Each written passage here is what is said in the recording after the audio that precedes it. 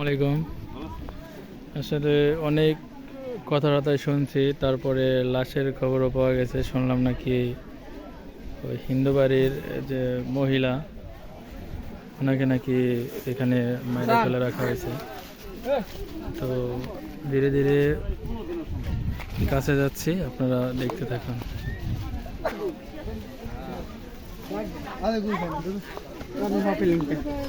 অনেক লোকজন আসছে এখানে।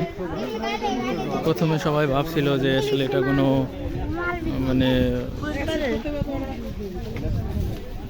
ছেলে, বাট পরে প্রমাণিত হয়েছে যে আসলে এটা এক মহিলা। আসলে সবাই যা মনে করতেছে, আমার কাছে ওইটাই মনে হইতেছে, উনি কিভাবে এখানে আসবে।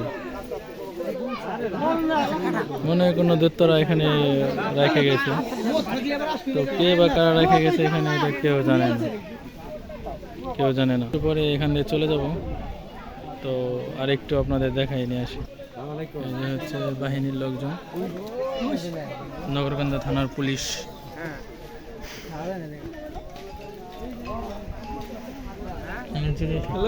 তারপরে একটু দেখে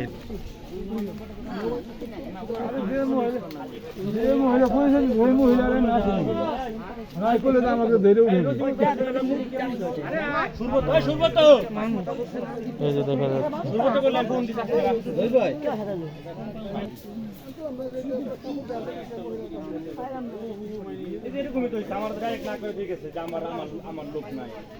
নিজে বলে গেছে নিজের কাপড় পায়, যদি কালো পায় কোনটা নিয়ে বাইরে ফাইজে কয় আমার বাবা দেখছি তো। তো অনেক কষ্ট করে আপনাদের দেখাইলাম, তো এখন চলে যাচ্ছি। অনেক লোকজনের আগমন এইখানে ছিল, তো অবশেষে জানা গেছে এখন তুই আবার কি শুরু করছিস?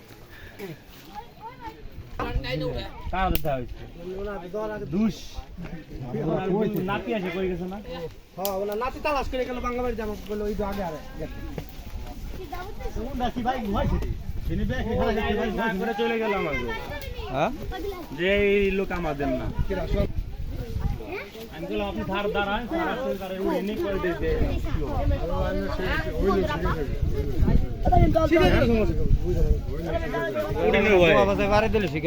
শিখে যাবে না ফাইলে